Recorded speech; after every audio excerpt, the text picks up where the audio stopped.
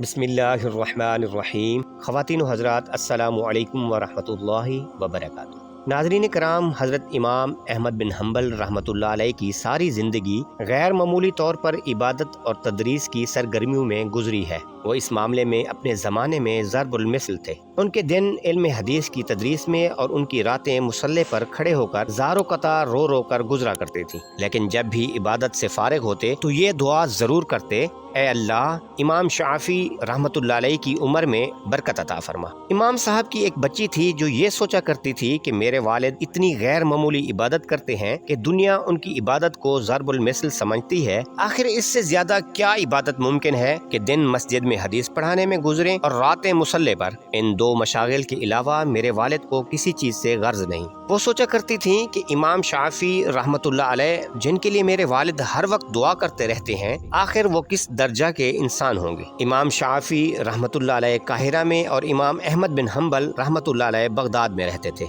इत्तफाक से एक दिन इमाम शाफी रहमतुल्लाह अलैह का पैगाम इमाम अहमद बिन हम्बल रहमतुल्लाह अलैह को मिला कि मैं बगदाद आना चाहता हूँ। बगदाद में फला मुहद्दिस के पास हदीस है जो मैं बराह रास्त सुनना चाहता हूँ, क्योंकि उनकी उम्र इतनी ज्यादा हो चुकी है कि मुझे खतरा है कि कहीं वो दुनिया से ना चले जाएं। चुनाचा एक रिवायत सुनने के लिए इमाम शाफी रहमतुल्लाह अलैह ने काहिरा से बगदाद का सफर अख्तियार किया। कई माह का सफर करके इमाम साहब बगदाद पहुँच गए और कयाम इमाम अहमद बिन हम्बल रहमतुल्लाह अलैह के यहाँ किया। इमाम अहमद बिन हम्बल रहमतुल्लाह अलैह ने अपनी कमसन बेटी को खुसूसी हिदायत दे दी कि तुमने मेरे उस्ताद मोहतरम का खास ख्याल रखना है। बच्ची को पहले ही बहुत इश्तियाक था। वो बहुत खुश हुई कि अब ये देखने का मौका मिलेगा कि इमाम शाफी रहमतुल्लाह अलैह की रातें किस इबादत में और कैसे गुजरती है। इमाम शाफी रहमतुल्लाह अलैह ने इशा की नमाज मस्जिद में जाकर अदा की और वापस आकर आराम की गर्ज से लेट गए। बच्ची थोड़ी थोड़ी देर के बाद अपने वालिद के कमरे का दरवाजा खोल कर देखती कि वो मुसल्ले पर खड़े रो रहे हैं। फिर वो इमाम शाफी रहमतुल्लाह अलैह का दरवाजा खोल कर देखती वो बिस्तर पर दराज हैं और सो रहे हैं। उसने सोचा शायद थकन की वजह से सो रहे हैं, शायद तहज्जुद में उठें, लेकिन वो तहज्जुद में भी ना उठे, फजर की अजान पर भी नहीं उठे। जब इमाम अहमद बिन हम्बल रहमतुल्लाह अलैह नमाज फजर के लिए मस्जिद जाने लगे तो उन्होंने आवाज दी कि हजरत, जमात तैयार है, शरीफ ले चलें। इमाम साहब ने चादर फेंकी और उनके साथ मस्जिद रवाना हो गए। बच्ची हैरानगी से ये तमाम मंजर देख रही थी और सोचने लगी, मालूम नहीं मामला क्या है। वैसे तो मेरे वालिद के शेख और उस्ताद हैं, मगर तमाम रात एक तो सोते रहे और सुबह की नमाज के लिए बगैर वजू ही मस्जिद चले गए। आखिर मेरे वालिद इनके किस अमल की वजह से इनके इतने कायल हैं कि इनके लिए दुआ करते रहते हैं। इमाम अहमद बिन हम्बल रहमतुल्लाह अलैह सुन्नत के मुताबिक मस्जिद में बैठे रहे, लेकिन इमाम शाफी रहमतुल्लाह अलैह वापस आ गए और फिर बिस्तर पर लेट गए।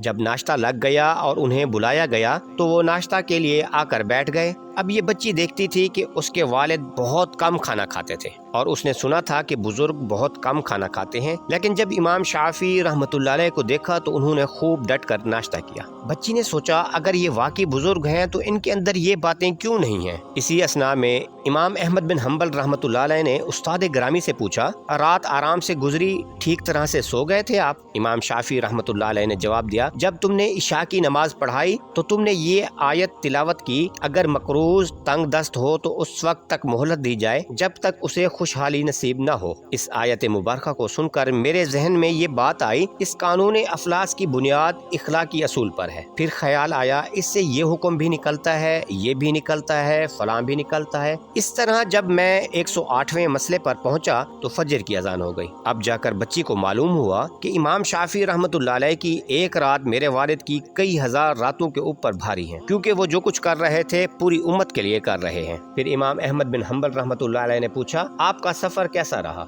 इमाम शाफी रहमतुल्लाह अलैह ने फरमाया, सफर में थोड़ी परेशानी रही, इसलिए कि मैं जब काहिरा से रवाना हुआ तो मेरे पैसों की जो थैली थी वो रास्ते में कहीं गुम हो गई। रास्ते में लोगों ने मेरी बहुत इज्जत और खिदमत की, लेकिन मुझे लोगों की आमदन पर एतबार न था, इसलिए 3-4 दिन के बाद बकदरे जरूरत खा लेता था। सफर में मैंने कभी पेट भरकर खाना नहीं खाया। आज पहली मर्तबा हलाल खाना मिला। मुझे तुम्हारे दस्तरखान पर जितना नूर नजर आया और कहीं नजर नहीं आया, इसलिए मैंने आज इस नूर से खूब इस्तेफादा किया है। बच्ची ने जब इमाम शाफी रहमतुल्लाह अलैह की बातें सुनी तो बहुत खुश हुई और उसे उसकी तमाम बातों का जवाब मिल गया था। अल्लाह करीम हमें आइम्मा कराम के इल्म से मुस्तफीद फरमाए, आमीन।